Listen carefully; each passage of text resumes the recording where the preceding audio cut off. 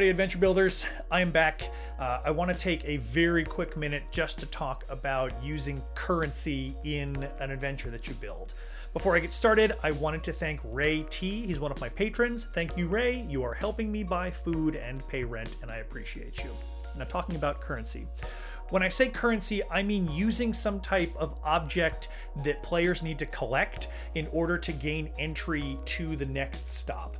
Most time when people think treasure scavenger hunt, they think a clue that leads to another clue, that leads to another clue, that leads to another clue. And I want to tell you that you can shake this up so it doesn't have to be like that. You can have a map that leads to 5 caches, each with a different colored gem. And once they find all 5 gems, when they present them to you or an actor or whoever you want your gatekeeper to be, then they get either the next clue or they get entry or they get something that moves them along. This works with the linear single serving adventures, and it also works with the large group games when you have 5, 10, 15 teams all moving about. Maybe that's the whole crux of it. Every time I do my annual grand hunt, giant puzzle crawl, that's the basis, is finding things, collecting them, and using that to gain entry to the next stop.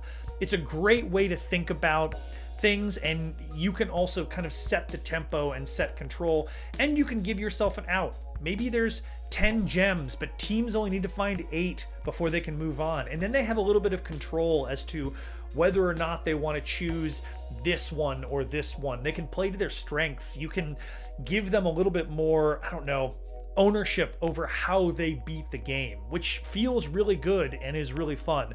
So try this. Try incorporating some type of currency.